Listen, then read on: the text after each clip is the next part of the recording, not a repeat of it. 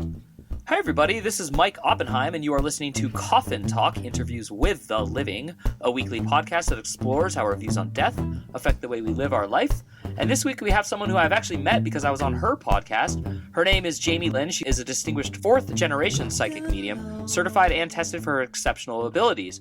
Beyond her psychic gifts, she is also a medical intuitive energy healer, a clairsentience empath, clairvoyant, clairaudient, and a seasoned paranormal investigator with experiences in haunted locations such as New England and Gettysburg. She also has an MBA and is an alumni of Michigan State University. There will be plenty of links to find her and the podcast after the show, but let's just cut to the chase and meet Jaime officially on the air. How's it going, Jaime? I'm doing great. Thank you for having me, Mike. This is awesome. Yeah, of course. I love your bio, and I know we talked about this on your show, but I love that you have an MBA and that you're all of the amazing things you are, because I think that throws a giant curveball into most people's stereotypes. Oh, thanks. Before we get into a lot of your life history and stuff, we always ask guests how old they are, where they're from, and what generation, if any, they consider themselves a member of. Okay, I'm a member of the Generation X. I was born in the 70s and grew up in the 80s, so I'm an 80s kid. And I grew up in Grand Rapids, Michigan, and then I went to Michigan State University, and then I lived in some really nice suburbs of Detroit, Michigan. And now you're out in California, right? I'm in California, yeah. Awesome, which is where I grew up. Right. Having lived in all those different regions, which place, I'm not asking where people are the most, like, agreeable to psychic energy and psychics and the whole concepts of it, but more, where does your energy like feel it the most there, if that's possible to answer? You mean like where would I get more things? Like, yeah, like is New England like more, or is Michigan like that kind of? Yeah. I would say New England, because there's so much history there. Oh yeah, I do think even people who are skeptical and don't believe in anything that you and I both do would still say they feel energy and they feel vibes, you know? So yeah. I feel like that's kind of where American culture is headed right now, is let's use synonyms and other words for a pretty universally accepted concept, which is energy. Yeah. So according to your horoscopes and all the information you have, is California like where you're supposed to stay? Or is it just a stopping point? I don't know where I'm going to end up. Like psychically, it's hard to read myself. I think I'll stay on the West Coast, probably. Cool. Actually, let's talk about that for a little bit, because I think a lot of people would be dying to know that. So you have this power, so for lack of a better word, ability maybe, and you're fourth generation, yeah, and you're comfortable with it, but it doesn't work as well on yourself. It's like what I want to happen is like I sometimes don't listen to my intuition, you know? So it's like, yeah. So it is what it is. I'm trying to learn like to listen to myself more, you know? Yeah. What's a time where you did not listen to it and it really cost you? Yeah, you know, I was engaged to this guy, and he was like a serial cheater, and my gut kept telling me like he's cheating, like you need to break up with him, but I really liked him and I invested a lot into him. And I just, you know, I think I just didn't want to believe it. Like I didn't want to believe my intuition. But then I think the universe was like bringing people to me, telling me information, and then like me uncovering things. And it was really wild. So, you know, next time I'm definitely going to listen to my intuition. Yeah. That's cool. Yeah. And then what about on the converse, like a time where it totally saved you? Maybe getting into a car and then people got into a car accident, that kind of thing. I can kind of sense that sort of thing. Yeah, and how does and I'm not asking you to give a scientific explanation, but how would you explain the limitations to what you as a psychic medium can do? Well, let's just stay with psychic, not medium. What are like limitations that people probably don't think psychics have, or just like something you want to share on that subject? You mean like limitations I might have, or? Yeah, I think like as a child, like when I was 5, I would think a psychic could literally look at me and say, okay, on October 30th, 2016, you're going to be in a Walmart in like Oklahoma, that kind of stuff. Yeah, sometimes it's hard to pinpoint exactly when, because like I can give you an example. Like I had a cousin that was killed in a car accident, and I stood next to him on one Christmas Eve. It was a long time ago. And I could feel his soul was going to leave his body. And I couldn't tell when it was going to happen. But like ever since like he died 6 weeks later. Okay. But like, I didn't Hmm. know exactly when. And then it's like, it was really difficult, cause I feel like I should have warned them, but then, you wonder like people might not believe you, so it is sometimes I can really pinpoint the time, but I think time is really linear. So I think that's kind Hmm. of the limitations a lot of psychics have, because time isn't really real, right? Man created time and Hmm. free will too. So Yeah, so like if a soul is preparing to leave the body, this kind of like begs a larger question that I always like to ask people. Who is, quote, air quotes, in charge? Like the soul or the cousin? Like, or is it one and the same? Like who's making that decision? I think with him in particular, he was on a really high Hmm. vibrational level.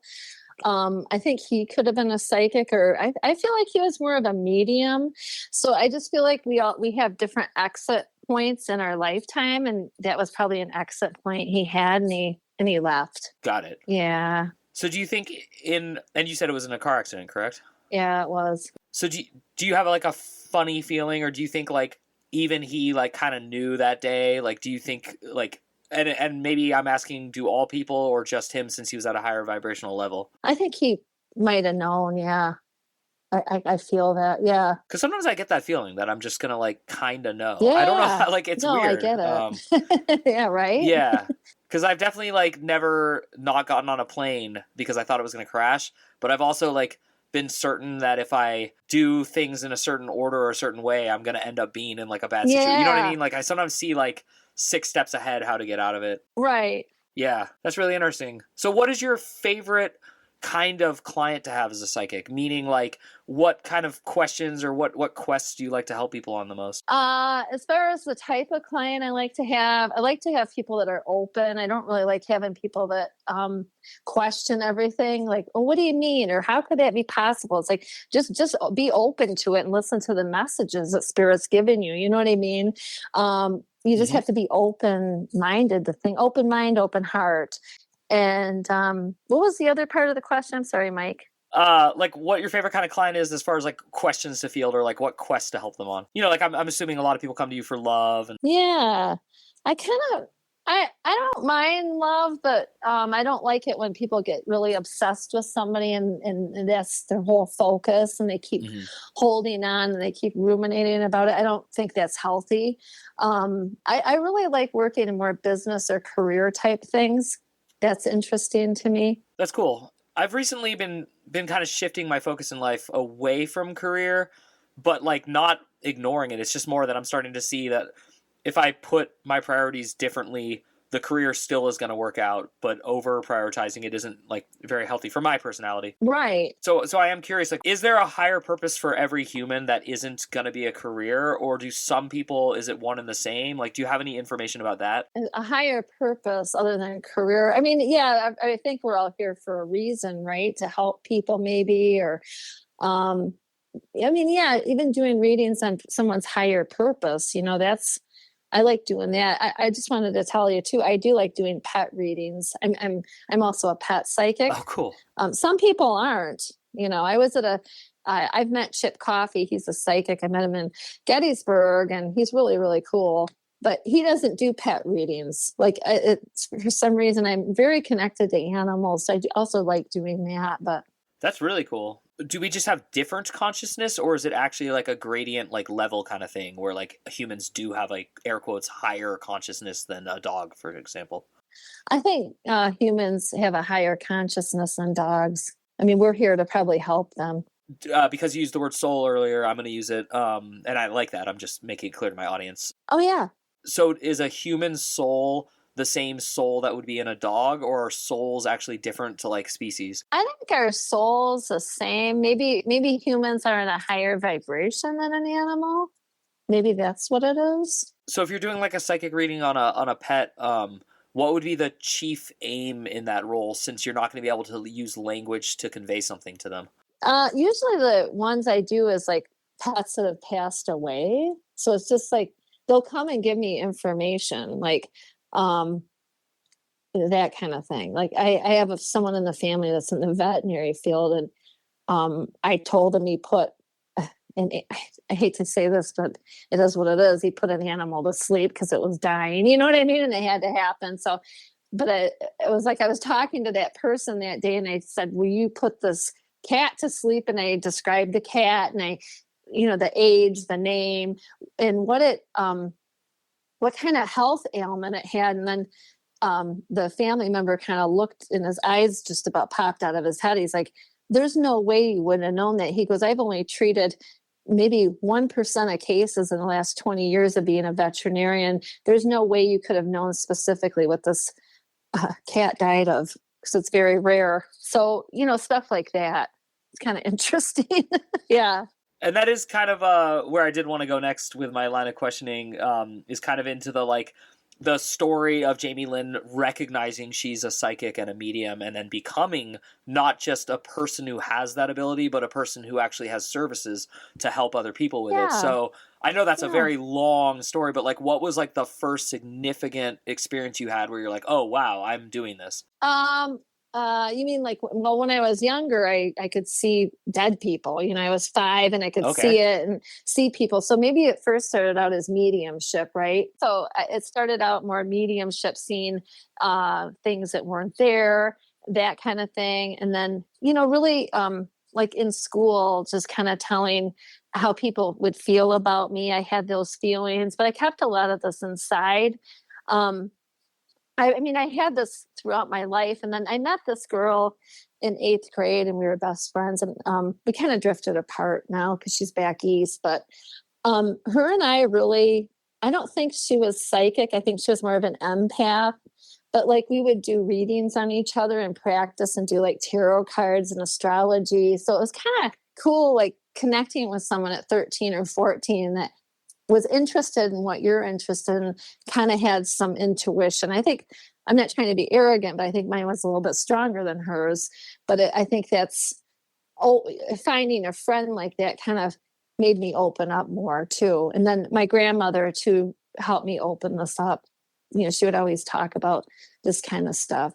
And I had a great aunt that read tea leaves on the other side of the family. So, and then one night, probably 10 years ago, I was in corporate America, and I just got kind of tired of it. I got kind of tired of the pressure, tired of what it stood for. And I just was sitting at my desk in silence, and a voice told me, "You need to do readings. You need to help people. You need to do readings." I think that was probably my guides telling me that. So, then I just kind of didn't look back. I just started like doing readings like publicly. I didn't want to have a website. I didn't really want to be out there, to be honest. I'm kind of a private person, and that's kind of how my grandma raised us. Like, don't tell people stuff about yourself. She was very private. And, now it's like everybody's out in the open, but it doesn't bother me as much now. Like, I don't care if I have a website. I don't care if I'm, in an interview or like here on the podcast. But, I struggled with it in the beginning. But, I said, the heck with it. This is my calling. This is what I'm being told to do. And I have to do these readings. And do you find the year we're recording this, it's actually just now, January 8th of 2024 for people listening. I am noticing something, and so I'm going to project it and say it out loud to you, but feel free to vehemently disagree. But okay. I feel like the younger generations are kind of being primed to accept all this, and that it's not going to be the same like brutal thing where like so many of us are sitting in a corporate situation when we finally go, oh my God, that was not a waste, but that was a lot of years of my life where I was going with like the American plan. Yeah, I agree with you. I'll tell you, it's interesting you're saying that. I do agree with you that the younger generation are opening up more to this because it's more out there now, and I think it's with the internet and on TikTok, you see people doing readings and all that jazz. But also, it's kind of interesting on an astrological standpoint. Pluto is going into Aquarius on January 20th of this year. And it hasn't been in Aquarius for a very long time. I think since like 1776 or something. It's been in Capricorn since 2008. Wow. So Capricorn's kind of a regimented sign. So it's going to be in Aquarius for the next 20 years. It leaves briefly this fall for maybe 6 weeks, but then it goes in full time for 20 years until like 2043 or something like that. So I really feel like that's going to with Pluto and Aquarius, it's really going to open people's minds, and you're really going to see things, like a lot of things will be uncovered too. Truth is going to come out. Look at the Epstein stuff. Names are coming out. Yeah. Yeah. So I really think that this is really a breakthrough, and technology is just totally going to change the next 20 years. There's probably going to be huge advancements. So it's really going to open people up. It's funny because people I don't admire, but who have a lot of power and technology are talking a lot about like getting implants in people's heads so that we're like unable to lie to each other and communicate, Wow. which to me is hilarious because it's kind of like, well, first of all, I used to read about Atlantis and that's what they say caused the downfall of it. But Yeah. with that not being a part of my question to you, do you think that the world would be better if more people were in tune to their psychic energies and other people's energies, or do you think it would actually maybe be catastrophic or like, you know, harder for people? Maybe it would be better, actually. Cool. Yeah, because I'll tell you why. Right now, I just feel like I don't mean to be negative, but it just doesn't feel like there's any regard for human life like there used to be. It feels like people, I don't know, it just doesn't feel like it did, 40 years ago or 30 years ago. And I don't know, I think maybe if they were tuned more into their intuition and their, opening up their crown chakra and third eye, that we'd be more compassionate toward each other. That's what I feel. Yeah, I mean, I do feel that. I feel it as a huge burden since I was a little kid, and I still have issues when like I just go out in public and again, it's like not.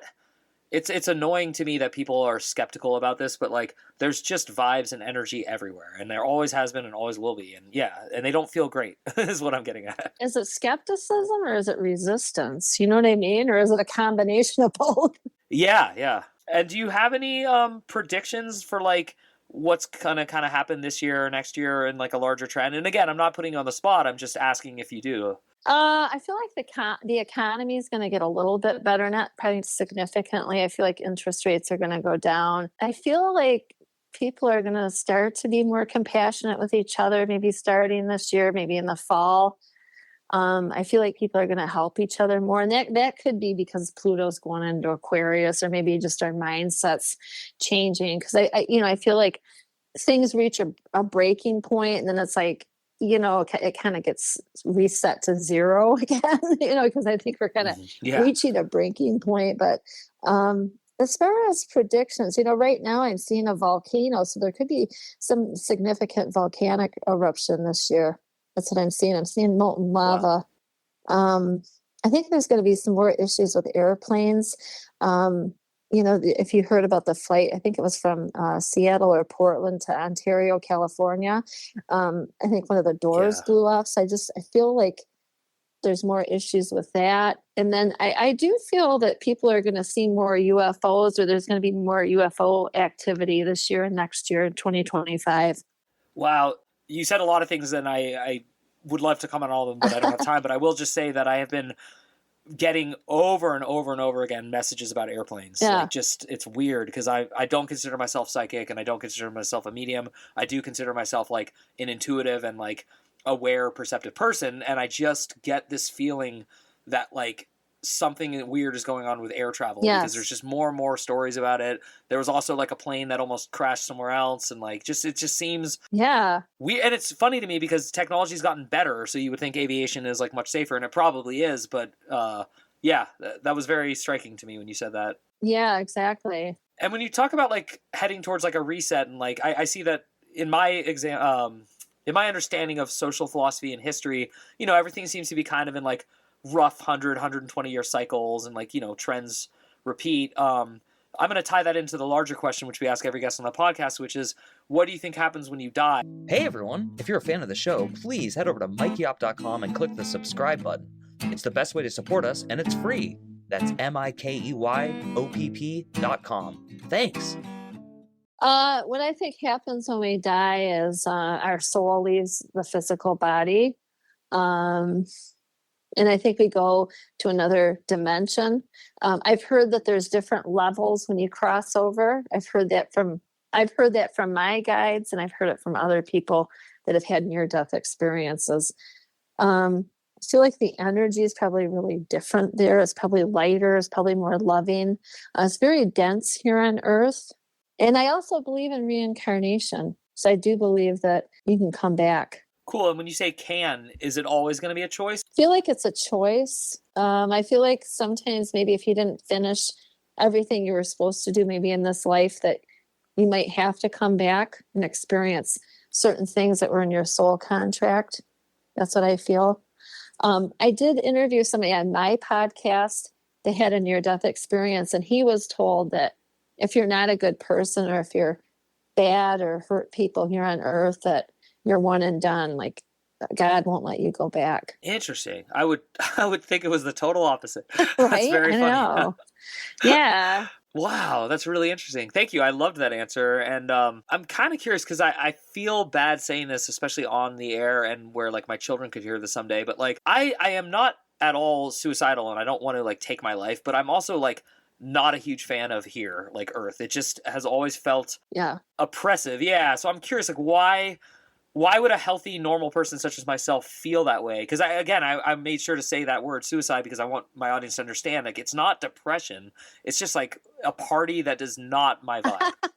So, yeah, I get what you're saying. So you wonder if someone did do that, if they would come back? No, I'm more curious, like, why do normal, nice, good people feel that way? Because I meet a lot of people like me who are, and again, I'm not trying to like bum people out or make it sound like of course I'm a happy man, but yeah. No, I feel like maybe you're more sensitive to energies, and maybe it's like, maybe you just don't want to deal with this, you just want to go somewhere else. Yeah. Because I'll be honest, like last week I was feeling the same way, because over Christmas break I was away in a more like secluded area with not a lot of traffic, kind of like in the wilderness, that kind of thing. And then I come back to the city, and I'm like watching all of these people and watching the traffic and watching everybody rush around, and I'm thinking, like, who wants to be part of this? So I do see what you're saying. It's really chaotic, the energy. So I think we all need to figure something out and create a space that works for certain people that are light workers or empaths, or so many people that are sensitive, That's cool.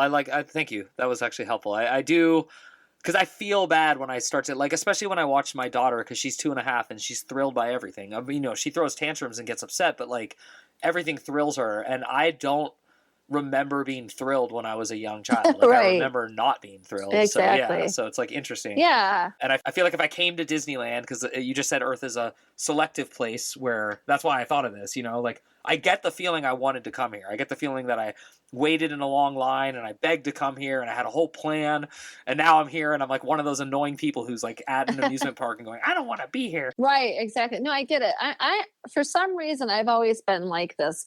If it's not working, have it work your way. You know what I mean? Try to build something different so it feels good to you or other people that feel the same way. That's kind of how I am. Like, why stay in this? Let's try to see what else is out there. You know what I mean? That's kind of how I think. Yeah. So maybe find your spot that works for you, Yeah, and I guess that's what I am trying to do, especially with starting a family. I think that was like all my life I wanted to have a family, because it does seem like you get to at least not control, but like, it's your family. You all make decisions together. Yeah. So. Yeah. And you're a Cancer too. So yes, Cancers love family. They're a very nurturing sign. That's cool. Being at home with my family. Yeah. Definitely my favorite thing to do. Yeah. Cool. We're running out of time, but I always let my guests have the last word. So is there anything you didn't get to say or you want to say? Or is there any message you have for our audience? Yeah. I mean, I really enjoyed being on your show, Mike. I think your show is awesome. Thanks. And I enjoyed having you as a guest. Cool. I just wanted to say that 2024 is an 8-year in numerology. It's supposed to be an abundant year full of prosperity. So if you're somebody that wants to make more money or be more abundant, this is a year to do it. And April's a very lucky month for money, especially 420. I know that's another green day, but it'll also be a green day for money. So, yeah. That's hilarious. I love it. Yeah. Thank you. That's a perfect way to end the podcast. Well, Jamie, it's been wonderful to talk to you again. Aw. Everyone, again, it'll be very clear in the liner notes where to find her. But psychic medium Jamie Lynn is her name. She's distinguished. She has a long career. She does many amazing things. I was on her podcast, and you're also just very fun. And you're good at therapy, even if you didn't have everything else with it, because you're a good listener and you're an active listener. I really appreciate you having me. Thank you so much. Yep, absolutely. It was my pleasure. And to everyone listening at home, this is the first podcast recording of 2024, an abundant year. So go out there and make it abundant, and maybe try to make it lovingly abundant with all your other fellow Earthlings, because who knows, if you don't do enough of it, you might not ever come back, and maybe you do want to come back, and maybe you don't. But either way, you're here right now listening to Coffin Talk with Mike Oppenheim, and we will see you soon. Walking along when I hear this song, and I'm walking to you, and you see that I do, and I see that you see me, and I see you hear this tune, and I feel that you're near me, and I sing you while the moon, and then I see that you see me, and I see you hear this tune, and I feel that you're near me, and I sing you are my moon. You are the moon.